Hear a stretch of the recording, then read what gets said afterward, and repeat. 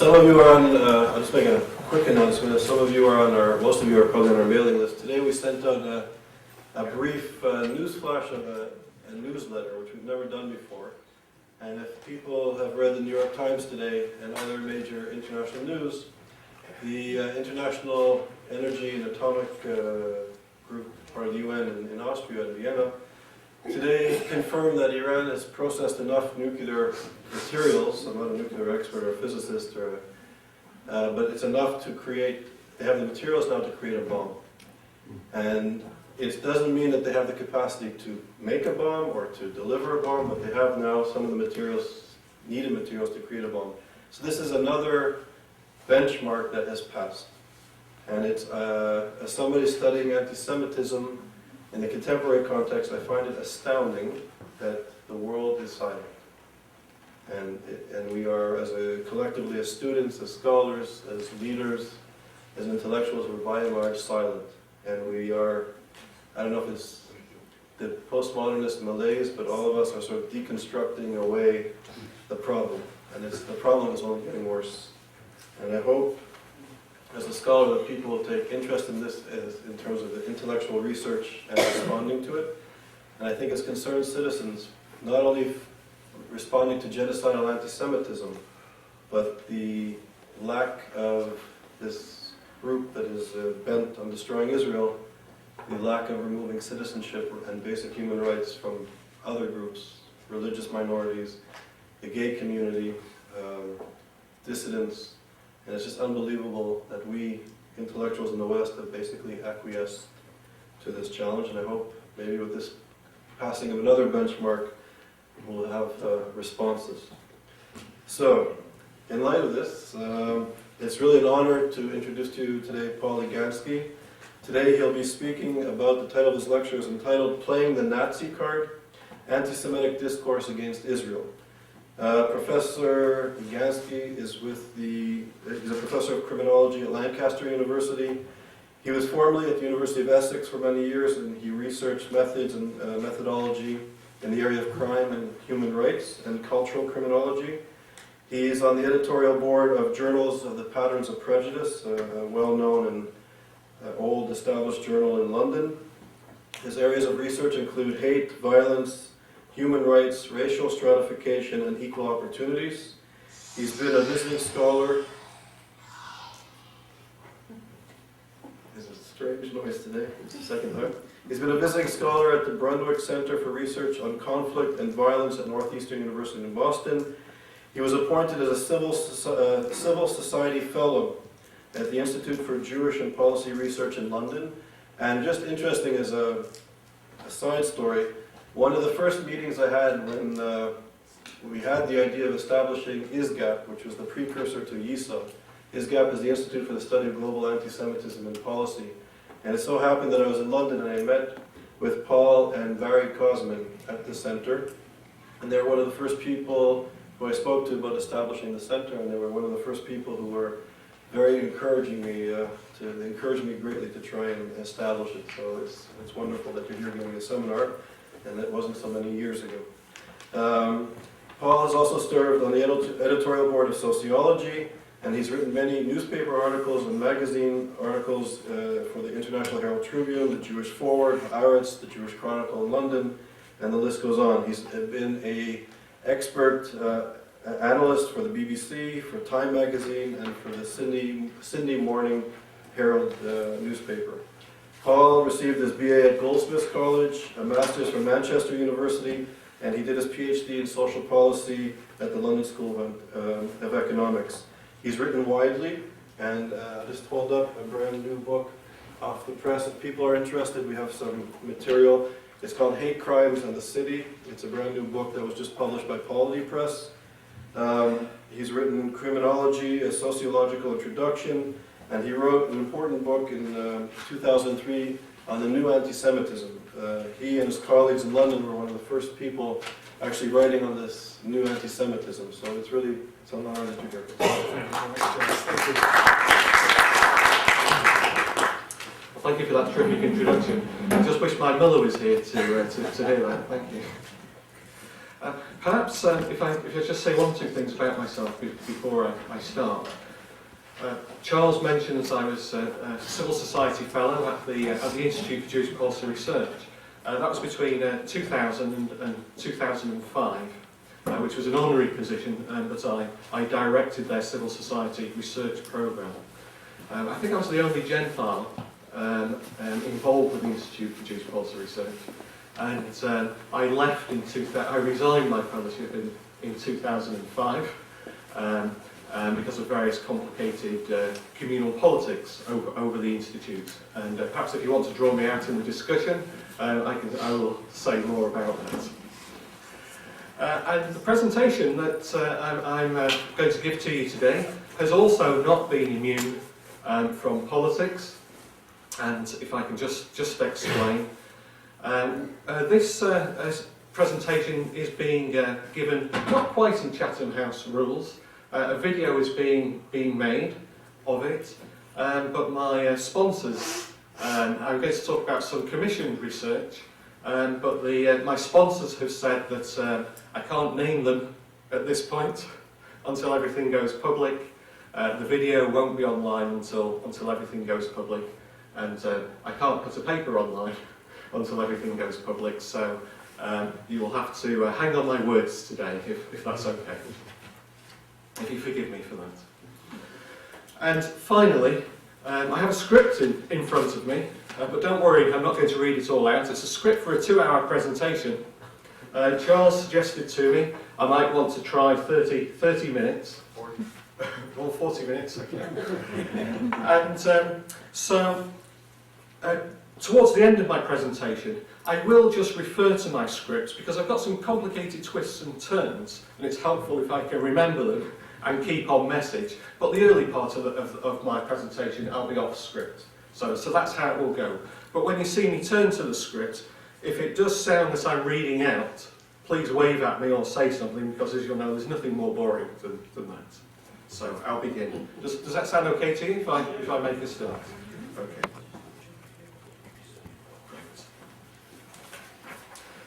Well, the starting point for my presentation is just to talk about the commissioning of this research. And I can't mention at this point who has commissioned and sponsored this particular research project. But this particular research project that I'm going to talk to you about follows on from these two particular pieces of work. First of all, you might have heard about the all-parliamentary inquiry into anti-Semitism that was held in the UK in 2005-2006. That report on the left was published in 2006, and I was one of the people who gave expert testimony before the MPs to that inquiry, and I gave testimony on anti-Semitic incidents. And also interesting, not being Jewish myself, I've also been the target of anti-Semitic incidents because people assume that I'm Jewish for various reasons. Again, if you want to draw me out on that in the discussion afterwards, there's plenty I could say about that. Now, in that report of the all-parliamentary inquiry, one of the key chapters in that report concerned anti-Semitic discourse, and the inquiry drew attention to a number of key themes of anti-Semitic discourse and called for more research, more understanding in the area. The second report was published this year, just a few months ago. It's Anti-Semitic Discourse in 2007. It covers all the 2007 calendar year, published by the Community Security Trust. Have people heard of that, the British organisation? It's a communal organisation that's primarily concerned with defensive measures around synagogues, Jewish schools, communal facilities, and so on. They normally produce an annual report of anti-Semitic incidents, an analysis of anti-Semitic incidents. For the first time this year, they've produced this anti-Semitic discourse report, which takes the analysis from the parliamentary inquiry much further, going to many more themes. And my work follows on from these, whereas those first two are largely describing the problem of anti-Semitic discourse. My task has been to analyse the problem and propose some policy solutions for it. So that's what I'm going to present to you in the next 30 minutes. Does that sound reasonable for me to continue? Okay, thank you. Well, I'm focusing on one dominant style of anti-Semitic discourse, one dominant theme that I've called playing the Nazi card. And in beginning to talk about that theme, I'd just like to introduce it by thinking about three issues that concern us in terms of the analysis. First of all, there's the problem of defining anti-Semitism. And as you'll know, there's no textbook definition of anti-Semitism.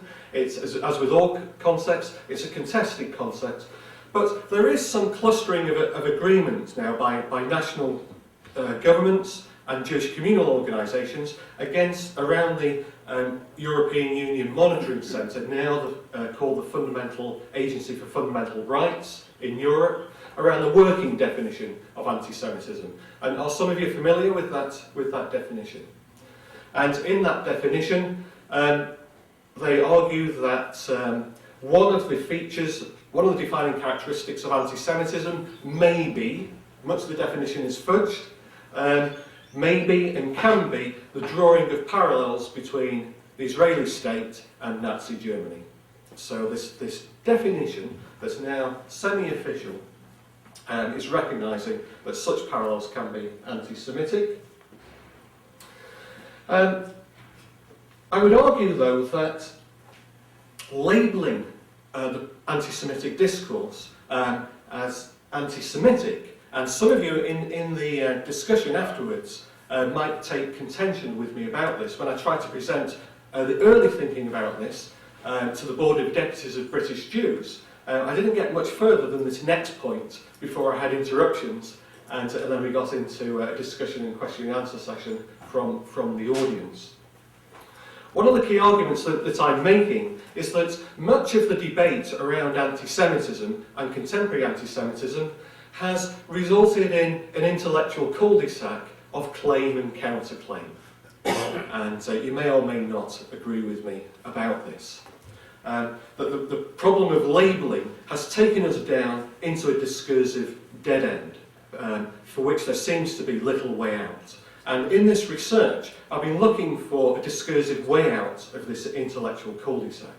And I think that we have lined up over the debate of contemporary anti-Semitism critics and their detractors. And we have this cul-de-sac, a war of words about the meaning of anti-Semitism. And I'll say a bit more about that in my presentation. Instead, what I'm trying to do in this research is shift to the consequences of anti-Semitic discourse. So rather than labelling and defining the problem anti-Semitism, which I argue is problematic, so moving beyond the labelling and definition to looking at the consequences. And that's the shift that I'm trying to make. And I think many people are still stuck in this cul-de-sac of labelling and naming the problem, which really isn't going to get us too far.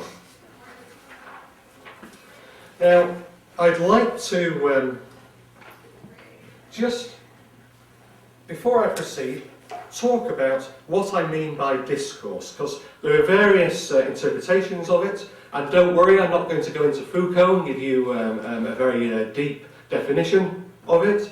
The notion of discourse that I'm going to use represents communicative action. Communicative action, and that's communication expressed in speech, communication expressed in visual symbols, all sorts of visual symbols such as graffiti, daubings, artwork, cartoon caricatures, and other forms of visual expression. So I'm using the term discourse to represent communicative action of visual and oral forms. Does that make sense to you? It seemed to come out of my mouth a little convoluted, but it does seem to make sense. Okay. Well, with this preparatory work, I can now get into the heart of my analysis. What does playing the Nazi card involve? I'm sure this will be familiar to all of you, what I'm talking about. But you might not have articulated it exactly in the terms that I'm putting it to you.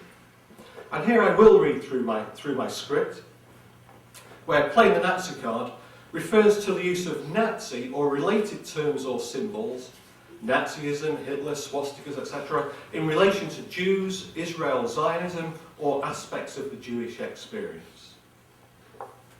So it's using the word Nazi or Nazi symbolism in relation to Jews, Israel, Zionism.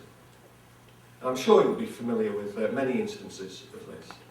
It's usually targeted against Jews individually or collectively, and for the purposes of the argument that I want to put to you out the consequences, shifting the debate onto the consequences, argue that it scratches deep wounds by invoking painful collective memory of the Holocaust. More often than not, playing the Nazi card involves hurtful and explicit insults and abuse, but, and this is the contentious and problematic issue, provocative comparisons between the brutal and genocidal actions of the Nazis and the policies and practices of the Israeli state.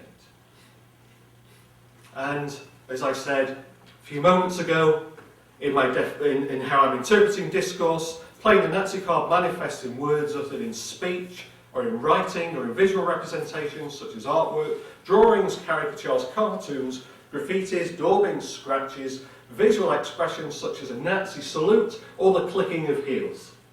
And I'm sure you all know what I mean by this kind of symbolism and expression. So that's what I'm talking about in talking about playing the Nazi card.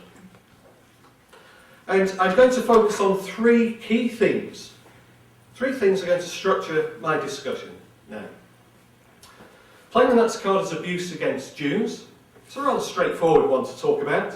And I'll be off my script here and just give you a few instances of that. Secondly, the Nazi card as abuse against the collective memory of the Holocaust. I think that's quite a straightforward one. I'll be off script. But I think I need to go through the analytical footwork of the first two themes to get onto the third one, because this really is the issue at the heart of the matter. That's when the Nazi card is manifest in discourse about Israel and Zionism. So the three things. Are you ready for me to start working through them?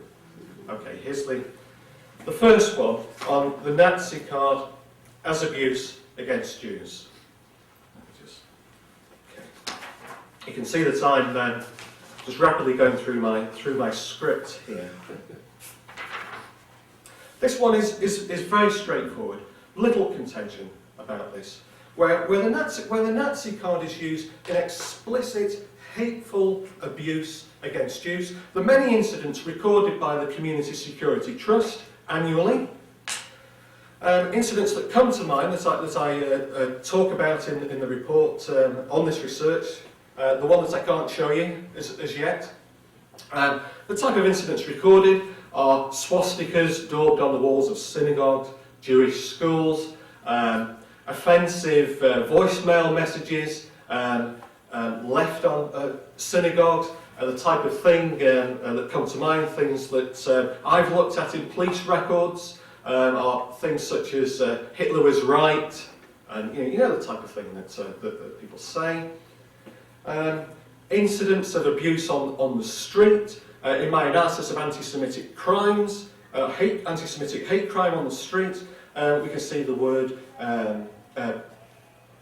Nazi abuse used against victims, students in their dormitories and on campus, swastikas scratched on a university student's door, for instance, in their hall of residence. All of these examples, I haven't made them up, but they come from crime reports and from the Community Security Trust reports. I've just given you a snapshot of them. I'm sure you'll be familiar with these types of incidents. I'm just going over them very quickly.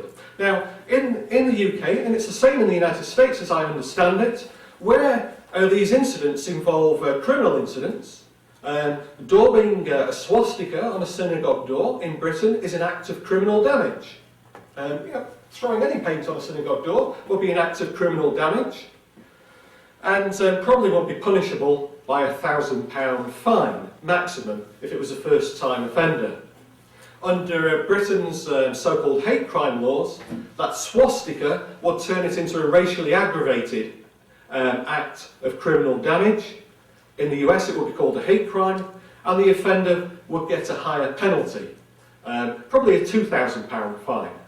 And so the extra penalty there is for the sentiment associated with the crime, the racist, anti-Semitic sentiment accompanying the crime.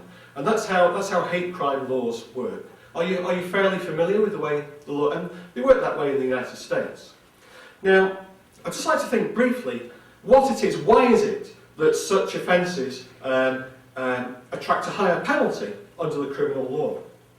It's because of the consequences. It's not a matter of offending people's sensibilities, but it's because of the hurtful consequences inflicted by the anti-Semitic, or with racist incidents, the racist aggravation behind them. Research evidence clearly shows, and I show some of that in my book, Hate Crimes in the City. Look at evidence of the British Crime Survey, people who've reported racist incidents, and compare them, people who've reported crimes that weren't racially motivated, and you compare racist against non-racially motivated crimes, you find the victims of such incidents reporting higher levels of post-traumatic stress type symptoms, anxiety, depression, sleeplessness, emotional disorders, and so on. These incidents, when they're targeted at an individual, survey evidence not only shows that they have a negative emotional impact upon the individual, they also have a terroristic impact upon the communities, and there's a particular resonance there in the case of Jewish communities and using the swastika that I'm sure I don't need to vocalise here. And they also have a wider impact upon community cohesion and commitment to equality and so on. Now, these harms are recognised by legislatures in the United States and in Britain. I won't say much more about that. I do say a lot more about that in my script. But the key point is that offenders in these types of incidents are punished more harshly, not because of their opinion or their values, but because of the consequences, because of the hurts they inflict. And increasingly we can empirically document those hurts. There's a very interesting incident reported in the Jewish Chronicle about 6 months ago, where a Jewish shopkeeper in North London called the police because another Jewish shopkeeper, his neighbour, called him a Nazi. He used some more profane, common profane things, which I won't repeat here, but called him a Nazi. There was a dispute over a footpath outside and who was putting their produce where and so on. Apparently this had gone on for a long time, according to the report in the Jewish Chronicle. Called the police officer. The police officer came along, under British law, would have had to report it as an anti-Semitic incident. Now, this is one Jew calling another Jew a Nazi. And this type of case, I've just given you one case here, you might think of lots of other cases, indicates the hurt involved. So it's not only when the Nazi card is played against Jews by others, but it also hurts. And this shows the depth of the hurt, I would argue, when it's played by Jew against Jew. I can give you a number of examples of these types of incidents around the world. So let me move on to the second theme. These first two themes are my analytical footwork to get into the third one that I really want to focus on in my presentation. My second theme concerns the Nazi card played as abuse against the collective memory of the Holocaust. Holocaust denial is a playing of the Nazi card. It's a prominent example. It's a discursive act against Jews collectively in which the historical memory of the Nazi regime is invoked and used against Jews.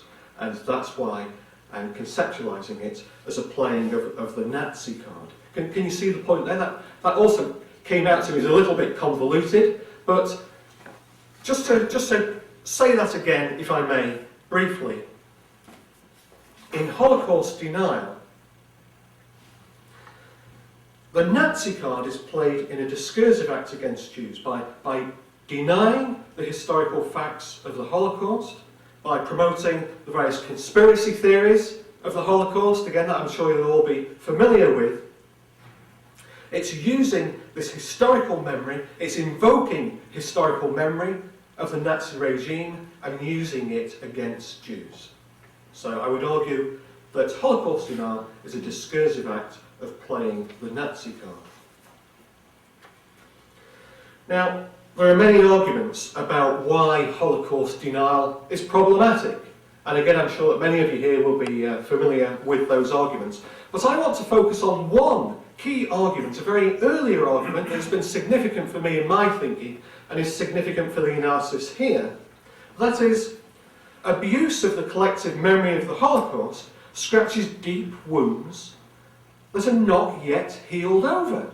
So whilst not many people will question an assertion that distortion and misrepresentation of the historical facts of the Holocaust is insulting and offensive to the memory of those who perished, those who survived and their descendants, the harm of Holocaust denial goes much beyond insult, and it scratches deep wounds that are not yet healed over. Now this was acknowledged in early legal judgments.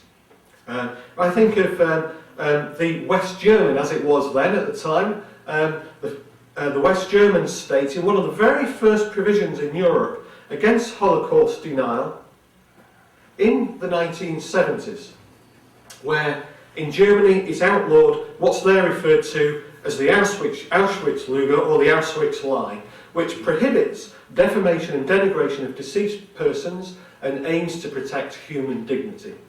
It made Holocaust denial a criminal offence, one of the first European states to do this.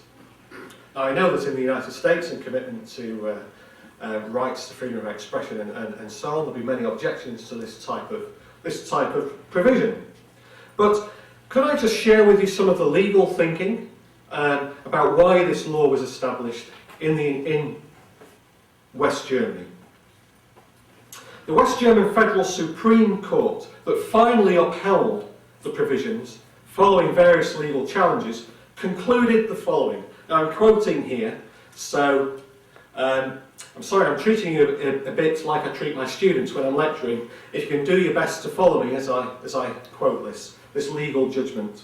Not the most enticing speech, but try and follow what the West German Federal Supreme Court concluded in 1979. It concluded, quote, that nobody has a protected right to make untrue allegations, end quote. And then it went on to say, quote, whoever tries to deny the truth of past events denies to every Jew the respect to which he is entitled. To the individual affected, this must appear as a continuation of discrimination against his group and therefore indirectly against his person. So the court ruled that an act of Holocaust denial is an ongoing act of discrimination against Jews. And in upholding the injunction against, this was somebody who had painted graffiti, where they, in a wall in Berlin that said the murder of 6 million Jews was a Zionist swindle. The supposed murder of 6 million Jews was a Zionist swindle and a lie. The court upheld the conviction, and it said the following. Again, if you can bear with me on this, then I'll give you a break from these quotes. Quote, not the personal fate, but the historical events are the criterion which weighs upon the personality of every Jew in Germany and upon his personal and social relationship to his German fellow citizens. In my notes I underline this, so I'll try and underline it to you now. The terrible events have formed the personality of the citizens of Jewish origin who embody the past, even if they were not personally part of it. I'll leave the West German Federal Supreme Court there and just put it into my own words. It's a very interesting ruling, a landmark ruling, one of the earliest rulings against Holocaust denial. And criminalisation wasn't because of the offence. It was a conclusion that Holocaust denial is an ongoing act of discrimination. Why?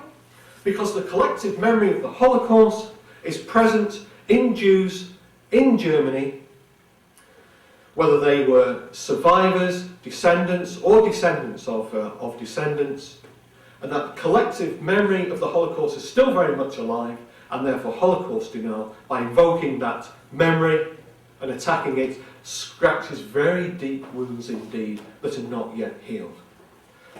Now, I would argue that we can extend that reasoning about the hurts and the harms and the consequences inflicted by Holocaust denial to Jews outside of Germany, elsewhere, around the world.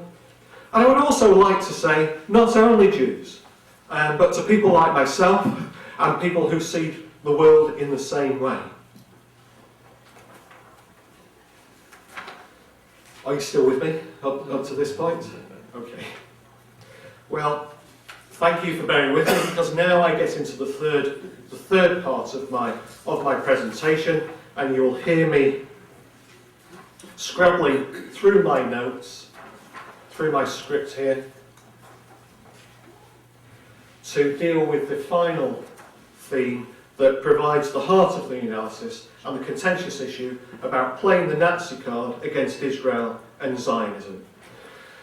I would argue that interpreting the Nazi card as abuse against Jews and the harms involved there is unproblematic. Few people would question or take issue with what I've said.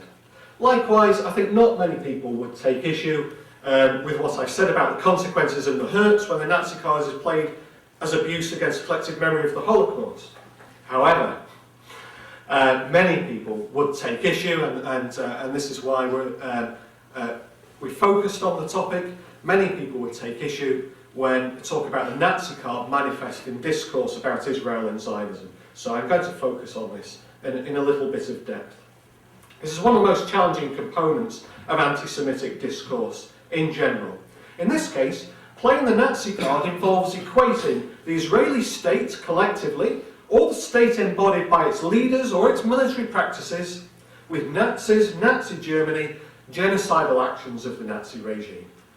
I'm assuming that you're all familiar with these types of things. You've seen cartoons, you've read press reports, you've heard statements of people. Can I just give you a few examples? If we look at debates in the United Nations, there's some very contemporary examples there, coming from representatives of Syria and Lebanon. But to take me close to my home in the UK, you might have heard about Labour MP Una King in 2003.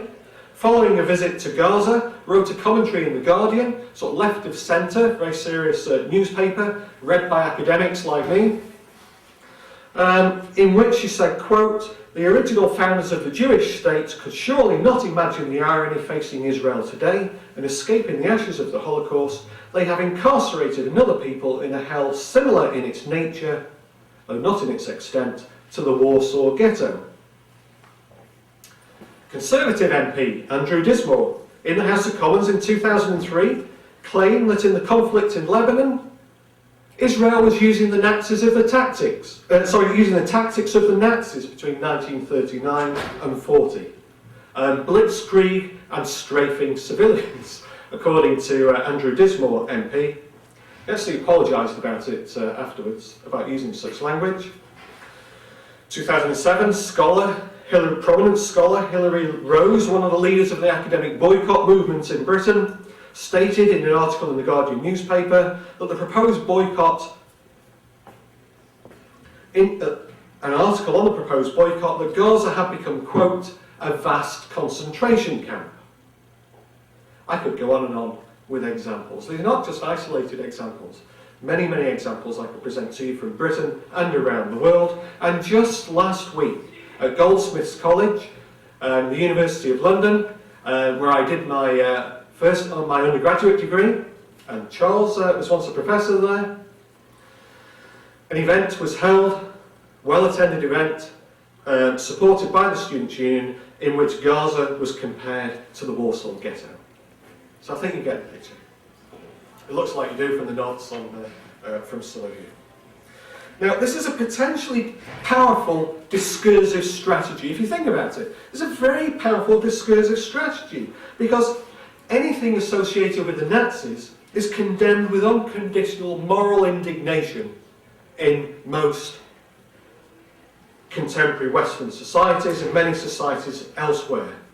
Playing the Nazi card, therefore, it brands the object, brands the target, brands the object of the accusation with the stigma of absolute evil. As a discursive act, it has parallels with playing the Nazi card against identifiable persons in specific abuse, the things I related to in beginning my talk, because identifiable entities, Israeli political leaders, the Israeli state, symbols of the state such as the Israeli flag are targeted. So it's like, in a way, painting a synagogue on a swastika dome. So that symbols of the state are targeted with this abuse.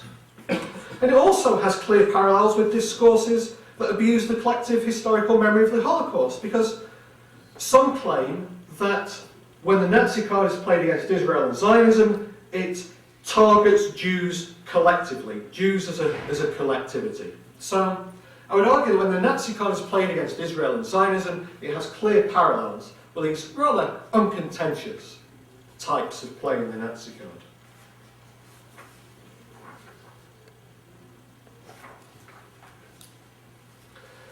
Now, some commentators have argued that this particular variant of the Nazi card is a form of Holocaust inversion, whereby victims are cast as the perpetrators.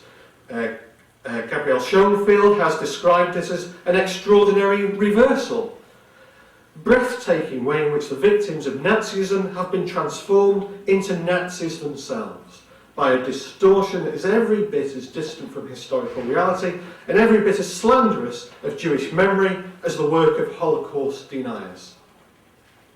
Some have claimed, without hesitation, that when the Nazi card is played against the Israeli state, its leaders, its military practices, or its founding ideology of Zionism, it's clearly anti-Semitic.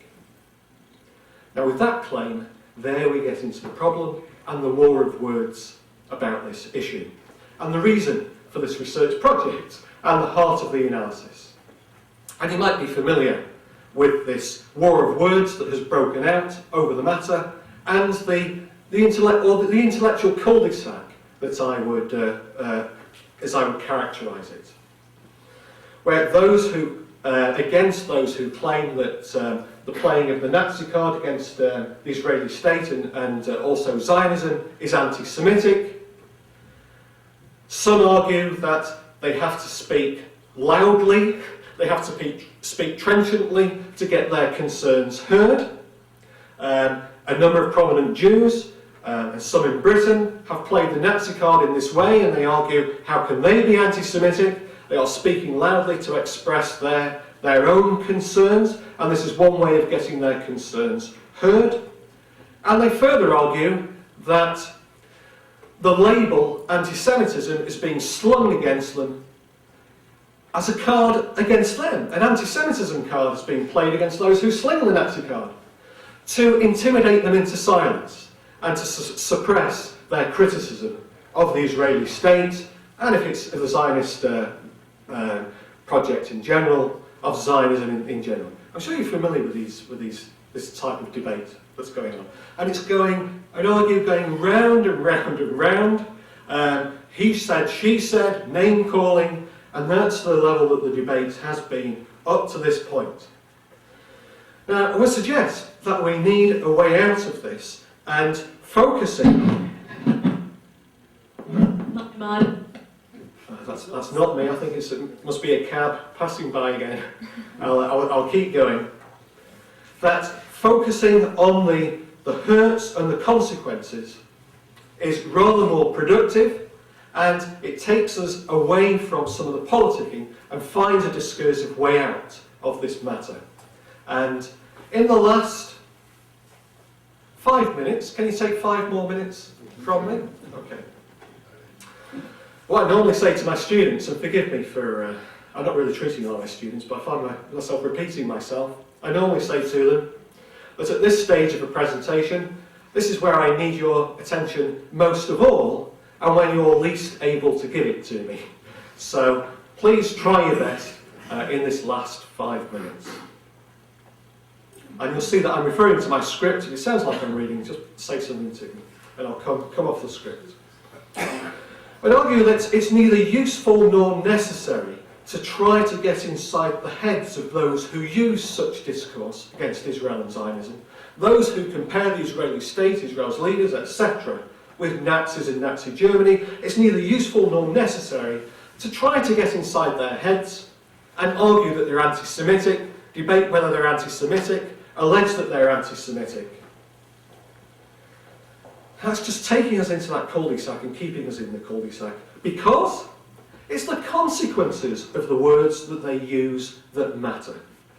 Abhorrence and protest against the policies, practices and leaders of the Israeli state can be expressed in numerous forceful and trenchant ways, as they can against any other state, none of which would be anti-Semitic. But when criticism is voiced by playing the Nazi card and drawing parallels with the genocidal, eliminationist atrocities committed by the Nazi regime, then many Jews and non-Jews who view Israel and Zionism as central to Jewish identity will regard the discourse as unquestionably anti-Semitic. Many of those who engage in such discourse would deny the accusation of anti-Semitism. And you've probably heard such denials. Indeed, some will not be motivated by hatred or animus towards Jews, or have anti-Semitic intentions. Their motivation might be to draw attention to their concerns about human rights abuses and the excesses and casualties of war. As Richard Falk, does some of you know the statements of Richard Falk on this matter? And that's what he claimed. That's why, and when he admitted that his choice of words was somewhat insensitive, he was again arguing that he had to speak loudly to get his concerns heard. Well, as with the other variants, the two variants of the Nazi card that I've mentioned, irrespective, and this is my key point, irrespective of whether it's labelled anti-Semitic, such discourse has consequences. And it's the consequences, not the anti-Semitism, I would argue, that matters. And these consequences, whether intended or not. The fact that perpetrators of incidents against Jews, on the streets for instance, are far less discriminating in their sentiments than those who play the Nazi card against the Israeli state might claim, might give the latter pause for thought about their responsibilities that accompany their right to express criticism in a particular way. My analysis of hate crimes against Jews, I carried out analysis of hate crimes against Jews reported to London's Metropolitan Police Service. There are quite a number of cases where offenders did Nazi salutes, Sieg Heil, this type of thing, said disgraceful things about the Holocaust to their victims when they were targeting them. And therefore, because such offenders are generally not very sophisticated in their thinking, not very nuanced, those who use this type of discourse against the Israeli state, even though they might claim good intentions, there should be good enough reason for pause for thought about the responsibilities of their discourse.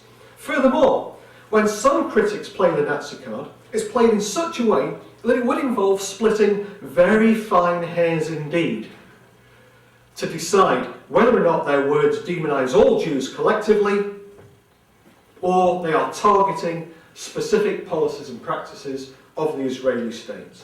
They have a responsibility too to consider the impact of the words that they use. Now, playing the Nazi card against Israel as a state clearly demonises the state in the minds of many people who encounter such discourse. But the fundamental issue at stake, concerning the question of whether playing the Nazi card against Israel and Zionism demonises all Jews collectively and is therefore anti-Semitic, depends upon the degree to which Israel and Zionism are viewed as essential components of Jewish identity. Sounded to me as if I was reading from my script there, so I'm going to come off script and finish off with a few words about this.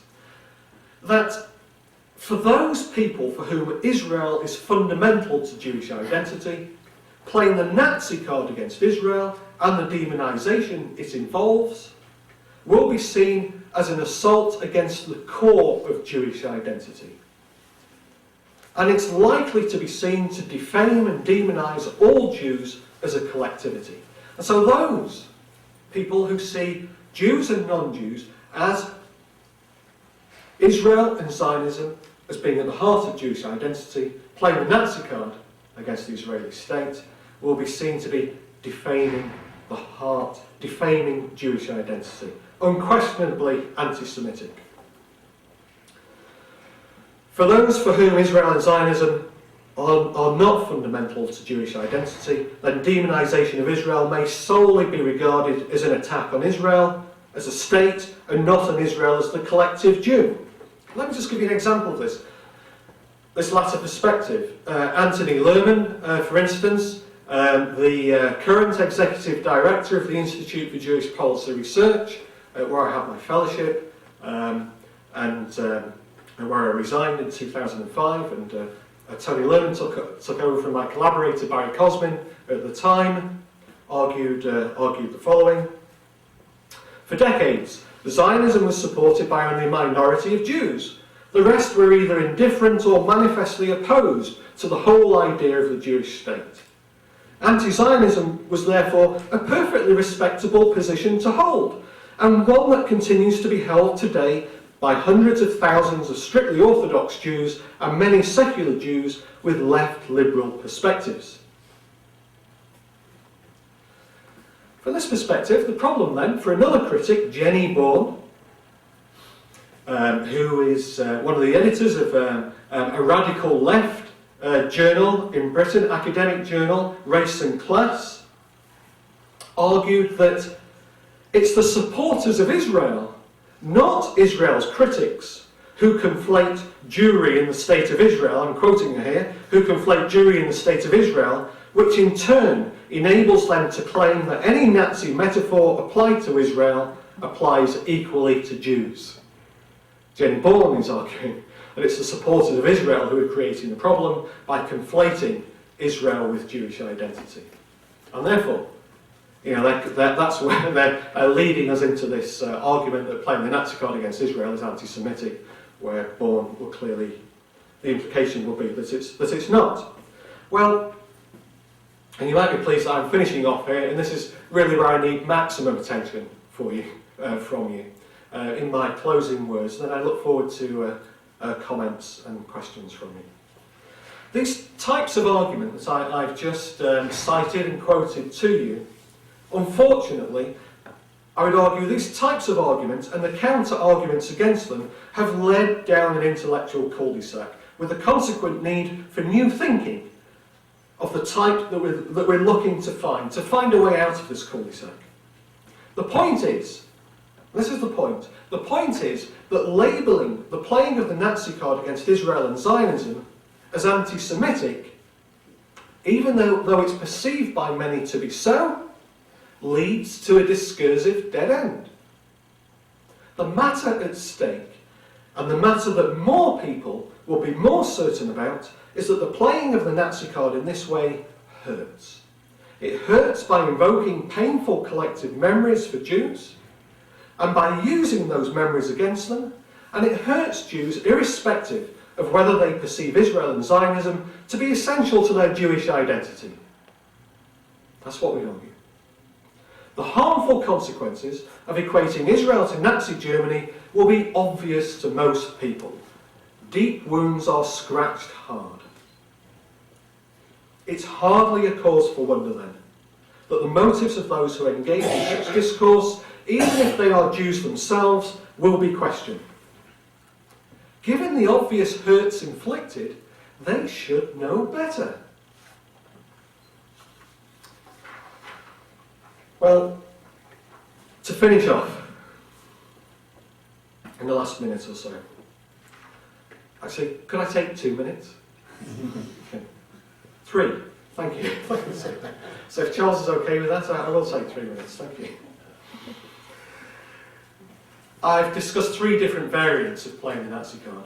I've given you very brief overviews of them, and when you read the published version, when it comes into the public domain, hopefully, if you're interested, you'll read about the twists and turns of the analysis in far more detail. But in brief, these three variants of playing the Nazi card, apart from the fact that the Nazi card is involved there, the one fundamental common denominator between them, apart from the invocation of painful collective memories of the Nazi atrocities, is that they all result in harmful consequences. They all result in harmful consequences, whether we conclude that they're anti-Semitic or not. The most contentious of the three variants, as I mentioned, involves playing the Nazi card against Israel and its founding movement Zionism, and drawing attention to the consequent harms in such a case, shouldn't be intended or taken as an attempt to suppress criticism of Israel and its military practices. Instead, it's a call not to use particular words. That's all. It's a call not to use particular words, even in the most trenchant criticism, because some words wound. Most people would surely agree with that. And most people would surely agree that that's a very reasonable appeal when they understand the wounds and the hurts involved. That's what we're hoping for, that reasonable appeal will be heard. Well, part of my title was for this talk was about countering anti-Semitic discourse and countering the Nazi card. I'm not going to say much about these because I welcome your views on this, and seminars are working occasions, so I would very much welcome your views and to learn from these about how we actually challenge the Nazi card. I've been very much in favour of criminalising particular forms of hate speech and criminalising hate crimes, but there's little support for that in the United States, little support for that amongst Jewish communal leaders in the UK, and that's really a non-starter, even though we could claim that many of the incidents I've talked about are acts of defamation with their hurtful consequences. There are various other ways of doing it: refutation, arguing against the comparisons and the equations that are made. If you look at the commentary over the Goldsmiths College seminar last week, there's some lovely examples of refutation there on the internet against the speakers. There's regulation, codes of practice and conduct for journalists and newspapers perhaps, education, and the way that we should train and the topics and curricula we might introduce to university students, especially given the particular climate, especially the case in Britain and elsewhere in Europe, the movement to boycott academic connections with Israel. But the thing that interests me most of all is the second point, verbalisation. Because I would argue that as well as words wounding, words can heal. And I would suggest, and I very much welcome your views about this, that the process of articulating these hurts, the process of making such hurts evident, the process of unravelling these hurts, in the type of way that I have done, but in much more detail, the process of pointing out these hurts, begins a process of ameliorating these hurts by demonstrating to others the hurts involved. And I might be very naive about this, but I would hope that articulating such hurts is an appeal to reason. And who could argue against that? Thank you very much for your attention. I look forward to your comments.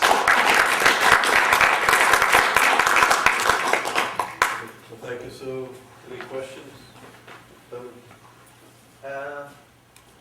Thank you very much for your lecture. I have some maybe strange or interesting questions. First, Sure. it's exactly the same experience in Germany. We have several examples. A few weeks ago I held a lecture in Czech Republic about the same argument about the Warsaw Ghetto and comparing with Gaza Strip. And in Germany we have kind of bishops playing this kind of Nazi card, and we have no criminalization of this. So it's mainstream to play this kind of Nazi card. In Germany and in the UK also, I think all over Europe. And there's the Henrik Broder case, the recent case there in Germany as well. Yeah, exactly. But I have maybe a strange question. making a Nazi card includes that National Socialism was something bad. Now we have the situation that there is a regime in Tehran, in Iran, they don't think it was bad what the Germans have done. So they are a kind of bridging a gap of pre-Holocaust to post-Holocaust anti-Semitism without dealing with the Holocaust. So they go back to the protocols of the Elders of Zion, Ahmadinejad himself. So he's not using. So I think this is a kind of, it's interesting because they are not playing. On the other side, there are also Holocaust deniers in the Arab community. They are not Arabs, they are Shias, but the Arabs, they are playing the Nazi card. In the Gaza Strip, we have now a Holocaust museum on the Gaza Strip, from Hamas in Random. So, but this is, I think to reflect on what does it mean if the Arabs, they become used to play the Nazi card. For decades, they have been ordinary Holocaust deniers, but now, the last couple of years, especially Hamas and others out of these extremist groups, they are not playing especially the Nazi card like the Western world, the left wing, or whatever anti-Zionist groups also do. But Iran doesn't, as far as I see. So maybe this is a point to think about. Yes. Shall I respond to that, or will we take more questions, Charles? There are many points that I could respond to, perhaps in conversation, would do afterwards. The Israeli exception, I think, is a very interesting one, and I'm not sure what to say about that at this point, to be honest. But the use of the Nazi card by in a political project by surrounding states against Israel and by left-wing opposition against Israel, it's a very powerful discursive strategy, isn't it? Because it brands the target as ultimate evil. And we know what needs to be done with ultimate evil, don't we? And the consequences, if you think it through, are quite serious in terms of that allegation. Josh? Yeah, thank you for your talk. It was very interesting. I have a question. Obviously, you're focusing primarily on using comparisons to the Nazi practices. But I'm wondering, in your third, I haven't said anything important yet, so I won't repeat. In your third section, where you talk about comparing practices of Israel, using the Nazi card there, what if it wasn't a comparison to the Nazis, but a comparison to, say, a delegitimized state, apartheid South Africa? And then, how would that figure into your analysis? I think different levels of hurt would be triggered, and they would be clearly different instances, because we could argue that many other examples of oppressive regimes, if a person is arguing such, many other examples could be used for those who want to criticise the Israeli state in that way, and why Nazi Germany. That's the question to be asked. And I think we might think of that different regimes would have different kind of iconic status and different hurts that would be inflicted. And the apartheid, the label apartheid, is also laden with particular hurts, isn't it? Really, perhaps not on the same scale of playing the Nazi card, but playing the apartheid card clearly triggers particular hurts for people around the world, and it's very clear what's being done there. But we could think of other oppressive regimes where we might think of a descending ladder of hurts that could be used. I think the point is that the Nazi card, obviously for obvious reasons, has a specific, particular, deeply hurtful resonance where Jews are concerned. Yeah, and I get that, and I agree, and I guess, and this isn't your study, but your study makes me think of another phenomenon, which is once you get into this harsh criticism of Israel, in comparison with other situations, if you just say, well, it's only the Nazi card where we have to consider the hurt, and we're not, then you're sort of suggesting that there's a point at which you have to determine when the discourse becomes hurtful. Because any discourse could be determined Nazi discourse, I mean, the comparison to Nazi discourse is easy. And then it becomes slippery when you're at a lower threshold.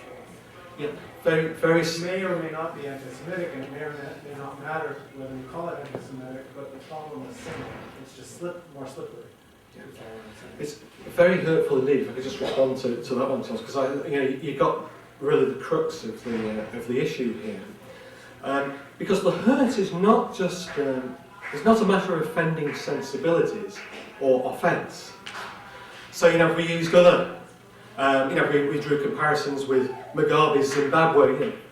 Whatever kind of comparison we might want to draw, we can think of offence and insult caused by using those hurts. So the crux of the argument is that using the Nazi card, the issue is not offence and insult. By all means, they're inflicted, but it's hurt, and it's the particular hurt. It's those particular harmful consequences with that particular label that's specific to Jews and to Zionists. And that's a different level of, it's about hurt, particular hurt, as against offending sensibilities. Do you think that the purpose of the Nazi card use is just to cause hurt, or are there goals, or there's a purpose beyond that, that is not just personal or touches the feelings? Unless I start speculating, and it would only be speculation. I sort of rather use the words of those who defend, mitigate the use of the Nazi card. And as I was saying earlier, Richard Falk, for instance, admitted that he could have been more sensitive, but at the same time he also said that he felt he had to speak loudly to be heard. And other defenders of using this kind of discourse have said similar things, that they have to use this language to be able to get their criticism heard. They feel it's the only way that they can get it heard. Now, we can argue against that. Now, just take it without speculating about their motives, because I think much of the debate has been speculation about the motives of such people, and that will just get us nowhere. Trying to dig around in the minds of such persons, and so I'm trying to take it away from that and look at the consequences of the words they use, and in focusing on the harms, would suggest how more reasonable can you get than that. But Paul, if I can add Sure. to your response to the question, isn't it important to look at the agenda of the people playing the card? So Iran is very clear. Skinheads or Nazi fascist groups in London, on the east end of London, whatever, their agendas are clear. Yeah. So you take into consideration the agenda and the purpose of this political action? Not in this particular project, no. Because I think the most, those examples that you just gave are rather clear cut, aren't they? The whole problem and the whole debate about this are those who are putting themselves forward as advocates, defenders of human rights, supporters of human rights, and so on. So they are working and under the banner of human rights agenda. Now, I think we can only speculate about their agenda, and therein lies the problem, that we get into this war of words. And what we're trying to do is find a way out from that. And it's not just a case of sidestepping it, but we're suggesting it is a potentially constructive way out of that. Because even those who are arguing on the, let's just say, they are genuinely committed to human rights, and they feel that this is the best way that they can have, propose their cause. How can they argue against? And how can they argue in favour of continuing to use such discourse when the hurts of such discourse are articulated to them? That's the argument. So if I can push a little further. Sure. I think it was Martin Luther King who said he's not worried about the actions of a few bad people. He's more concerned about the inaction of the vast majority of good people. So if the liberal intellectuals using and believing, perhaps genuinely, in the human rights agenda, if the results of not coming to defend Israel against the onslaught of radical Islamicism, not Arabs and not Muslims, but radical Islamicism and their agenda, and the extreme right and the extreme left in Europe, and they're sort of acquiescing, and Israel is sold out. The result of their inaction results in a very clear action. So how would that figure in your analysis? And are you referring to, within that, Charles, would you be referring to the Nazi card played against other states, like Iran, for instance? Well, I think the agenda of radical Islamists, radical Sunnis around, radical Shiites, Iran, Al-Qaeda, Jihad, Hezbollah, and others, Hamas, they're very clear. And when people like the editor of Race and Class Born and other intellectuals who sort of do a postmodern critique and sort of critique away the reality or ignore a reactionary agenda which is gaining power and strength in the Islamic world, the results of their inaction results has repercussions in Muslim societies and Arab societies and perhaps Israel's future in the region.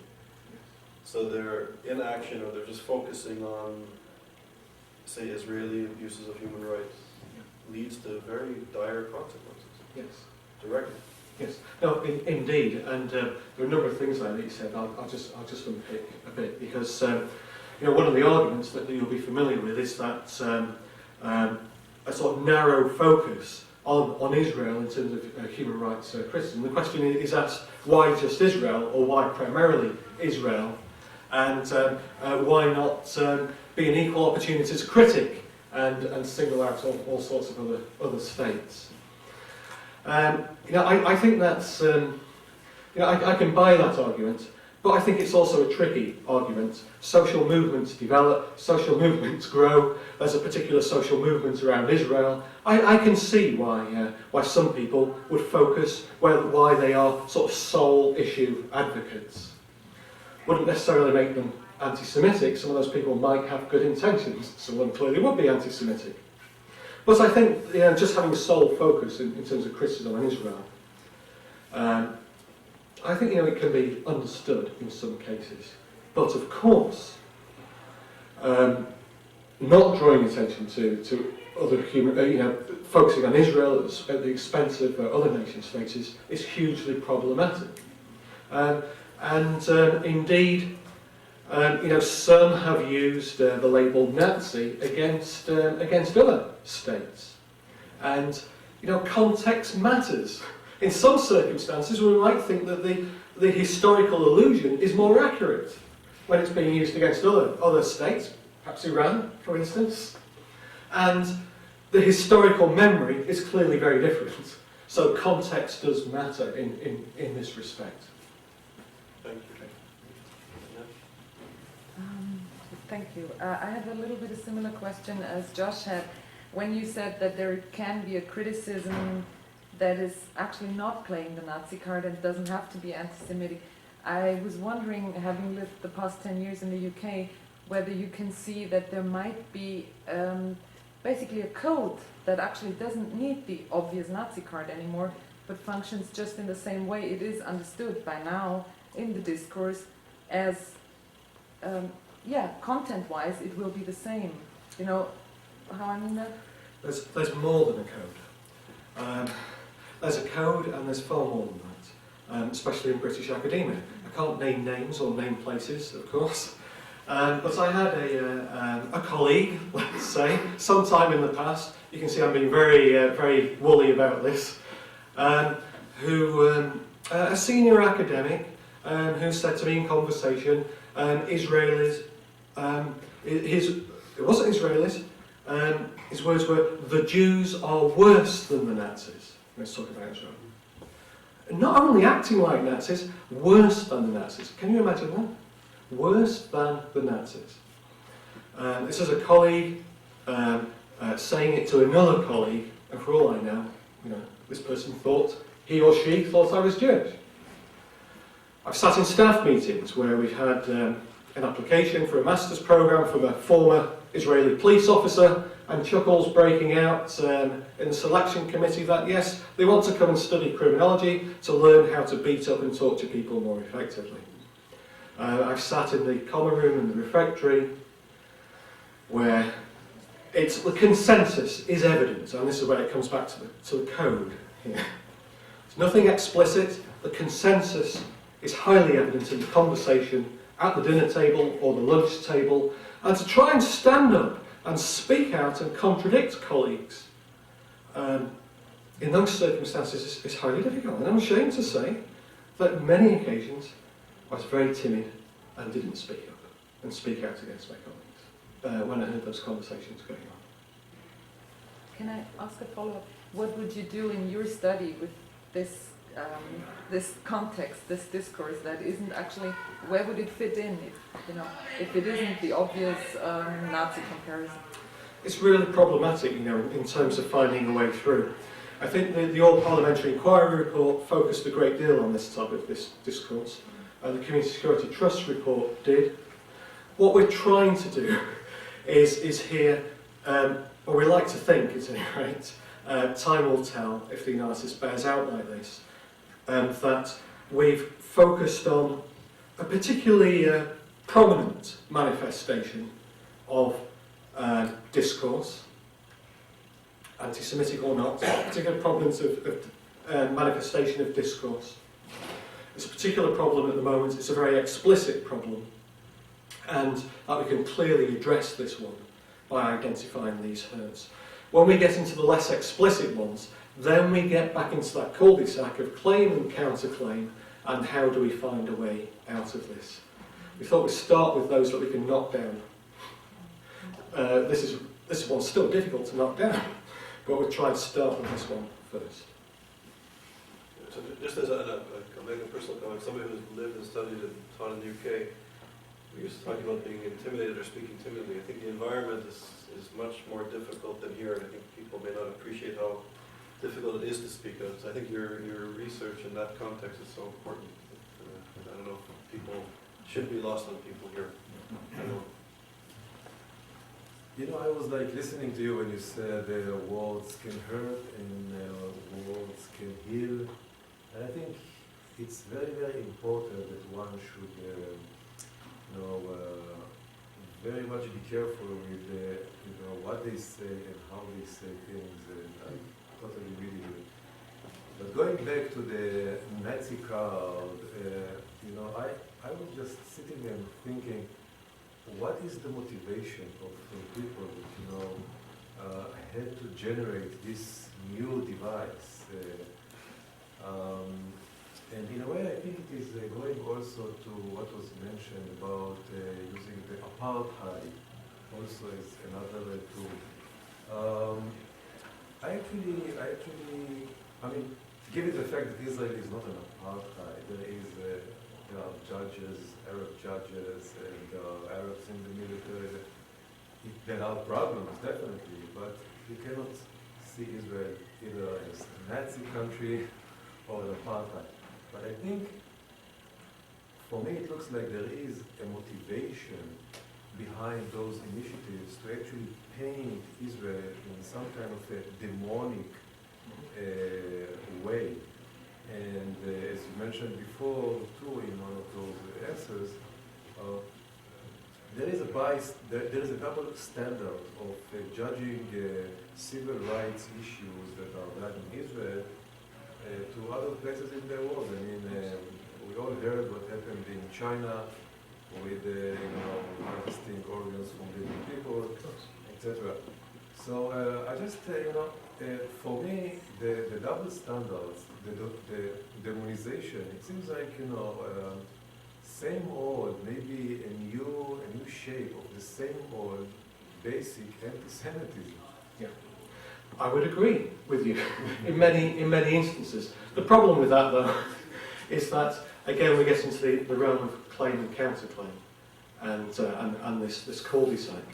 And there's a person here, Iganski, if I could just say a few more words in response to this one, and that is, it's not a new phenomenon. And playing the Nazi card in this way, we can see it in the media going back to more than 40 years, to 1967, for instance. So, so 4 decades old, this phenomenon of labelling the Israeli state in this way. It's certainly not a new thing. playing the apartheid card is a softer variant. And I like to think, it sounds odd saying I like to think, but I suspect that some of those who might be more committed to, genuinely committed to concerns about human rights, and they themselves recognise the problems and the hurts by using the Nazi card, use the apartheid card instead to try and draw attention to the problem. I have a question about your criterion of a hurtful consequence as a replacement for an analysis of the intent and all that. And what my concern is that it might backfire. That let's say somebody wants to analyze the roots of Islamic terrorism and they go back to Islamic religious sources. I can just hear somebody saying, well, good, we'll stop using the term Nazi to describe Israel, but then you can't talk about religion as a source of terroristic behavior because it's too hurtful to say something about the Quran, or it's too hurtful to say something about the Prophet. And I'm wondering, where exactly is this going to lead if we start to eliminate speech and police debates on the basis of the hurtful consequences, especially in our hypersensitive society where people are hurt by all sorts of things? I think that's a very good question, and let me say that the argument that I'm putting to you is not an argument for what some call grievance politics. We can think of these hurts as acts of defamation. We can frame these hurts as acts of defamation, and in Britain, under the civil law, that would be defined as untruthful accusations with harmful consequences. Now, we might think of accurate, truthful parallels that can be made, but will still have harmful consequences. And strictly speaking, would it be acts of defamation? And here, very clearly, we're talking about acts, clear acts of defamation. Follow up that if you're not going to do it through the court system, which you said you were kind of giving up your criminalization, Sure. then this is not going to be taking place with rules of evidence and with some judge, but rather it's going to become codes of speech, and that in the United States, some of those things can become kind of oppressive. Yeah. And everybody claims everything is untrue. And so then you're not really getting out of your cul-de-sac, but you're back in it arguing about whether it's true or not, or defamatory or not. Yes. No, I see that's a very important point. But I think empirically, documenting empirically, demolishing the inaccuracies of these kinds of illusions are rather straightforward to do. So the untruthful, inaccurate nature can be documented. So the question I would ask, and maybe this is, I'm just exposing my own thinking, I don't have an answer for this, because at the heart of this, the question I've always asked myself, and please forgive me by what I'm going to say, and because I don't want to offend anybody here, but as an analyst I think through, what if Israel was acting as Nazi Germany? Think about that worst case. Just think about that. And how would we regard such use of discourse then? I'm not sure. But I think that the historical accuracy and the validity is an important matter in treating this as defamation. I'm interested in the differences in hate crimes between the United States and Great Britain. I worked for the Anti-Defamation League for a number of years and a number of times. And that was one of the organizations that was instrumental in writing model hate crimes laws and helping to get hate crimes laws passed in many of the states. In the United States, speech is protected by the First Amendment. So in the example you gave early in your talk about a Jew calling another Jew a Nazi or anything else, there's nothing that can be done about that in the United States.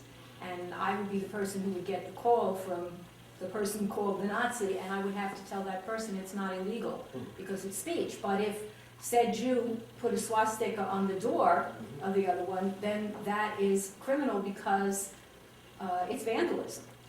And it's a hate crime because it's against a protected group of people. How much of the hate speech itself is really taken as a crime? Are the police arresting people for their speech? Are there prosecutions for their speech? Or is it just something that's on the books and not really effective? Police in the UK, some police forces have been very confused about the matter in the UK because our hate crimes laws are relatively more recent provisions compared to the United States. And there have been... Those are only about a decade or so old. 1998 was the first one, provisions against racially aggravated offences. And there have been some silly cases where people have been arrested for saying things to their neighbours, and of course the tabloid press reveal these cases and talk about political correctness. Speech can only be prosecuted in the UK as an act of intentional harassment, and so the prosecution would need to prove that the person targeted was in fear of imminent violence, and they'd need to use some objective evidence, a threatening posture of the, Have there been cases that have been successfully proven? quite a number of cases like that. A substantial number, it's a guesstimate about a third of all cases, I think fall under that category.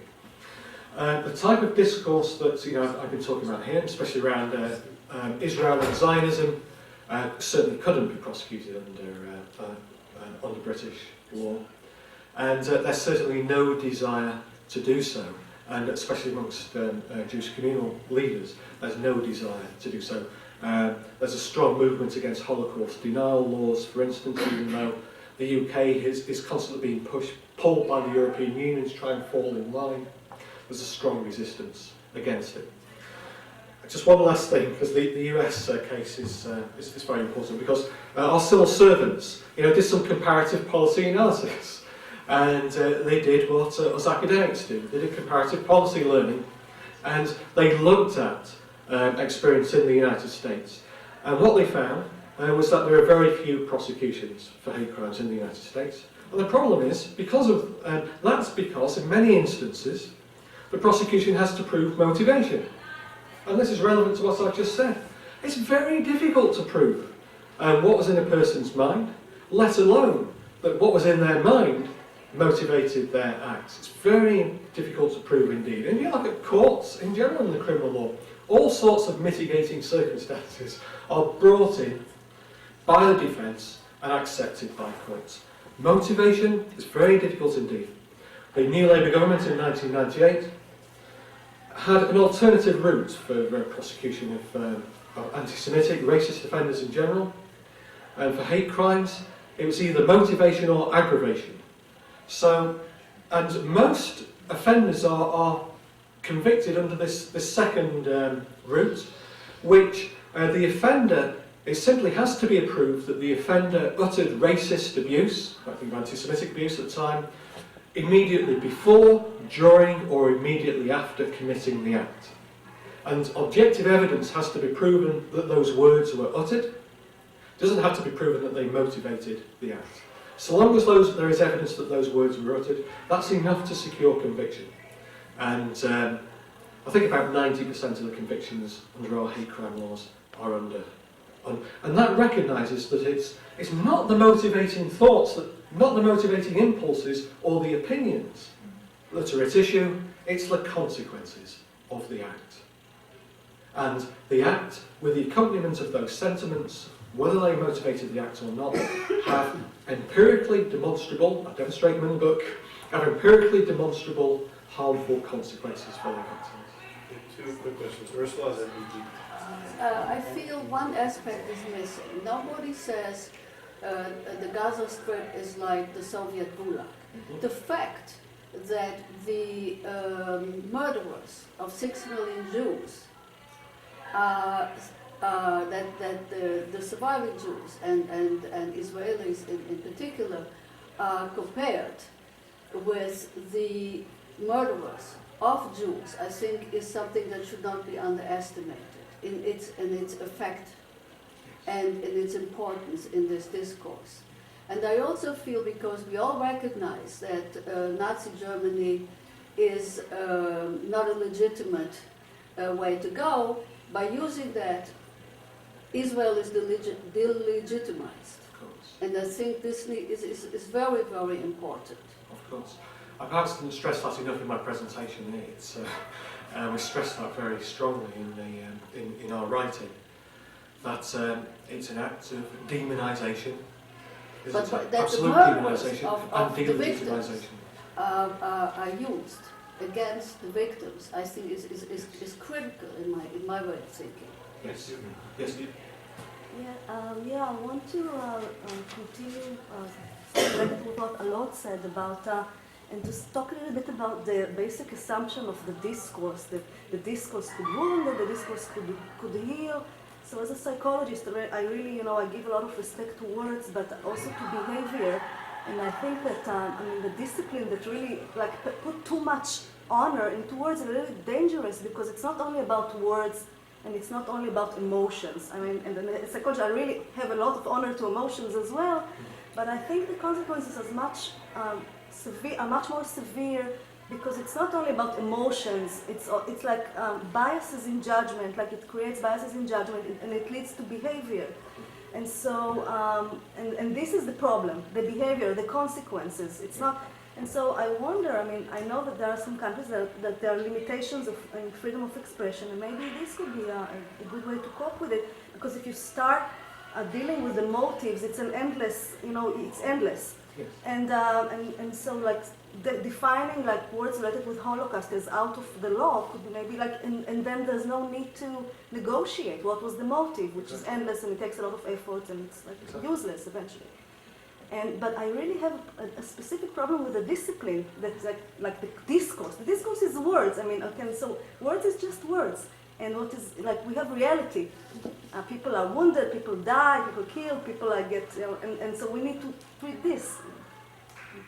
Yes, and was that the type of behaviour that you're referring to? Yeah, it's not an attack. I only say that it's like you wound it yourself by using the discourse, putting the discourse as something which is really high value, and then sometimes we can just forget about reality. Sure.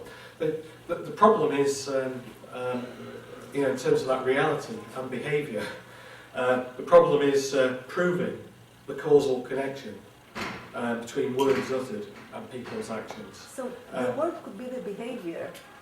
This is what I say. That once you decide that the word is the behaviour. That's right. That's right. And that's why framing it as communicative action.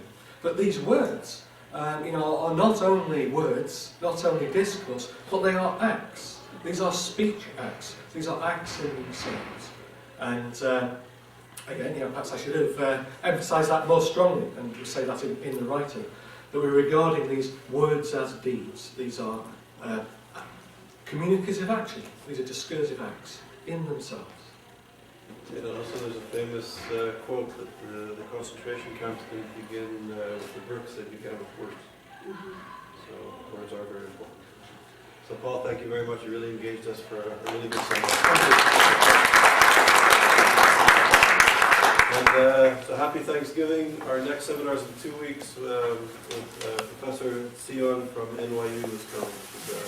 She's a young, extraordinary scholar. So hope we can be there the 4th of December. Yeah.